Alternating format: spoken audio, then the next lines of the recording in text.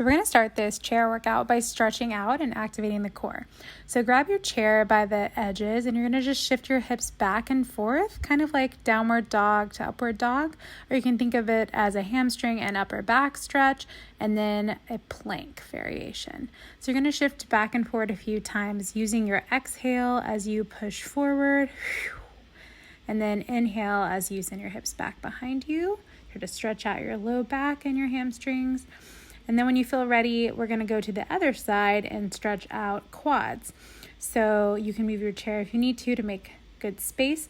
You want to find balance on one foot using the back of the chair to help you. And then see if you can reach back and grab your foot. You can also grab your leggings, your leg, whatever feels good. A strap is great here as well if you have one. And then you're going to try to zip your knees together so your quads get an extra stretch. You can modify this as much as needed by loosening the leg so it's not so close to your butt. Make sure you do both sides. About 30 to 60 seconds is ideal to make sure that the muscles are stretching well before we start moving more. Up next, we have a hip hinge to get ready for a squat. You're going to sit back just slightly, bending the knees a little bit, and then squeezing the hips forward. You can put your hands in front of you as a counterweight or hands on the hips. Keep your chest proud and exhale to stand up tall. And if that feels good, let's go ahead and try a seated squat. So you're going to sit all the way back on the chair and then exhale, push through your feet to stand up tall, making sure not to arch your back at the top, just stacking shoulders over hips, over toes or ankles. If this feels fairly easy, then you can also add a weight. The next step is to hold a weight at your chest, keep the chest proud and roll the shoulders away from the weight. So you're rolling the shoulders down and back. And then you're going to inhale in on the way down, exhale, push hard through those heels, stand up tall at the top. We also have a plank variation. You can do this mountain climber style, driving the knee forward. You can also make this nice and fast if you want it, running the mountain.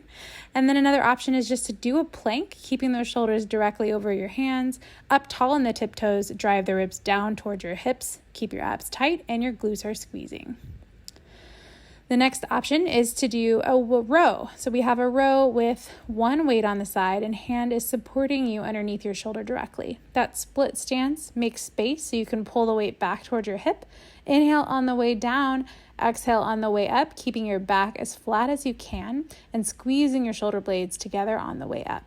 You can see the supporting hand better on this other side. Make sure that that shoulder is up over the wrist and not back.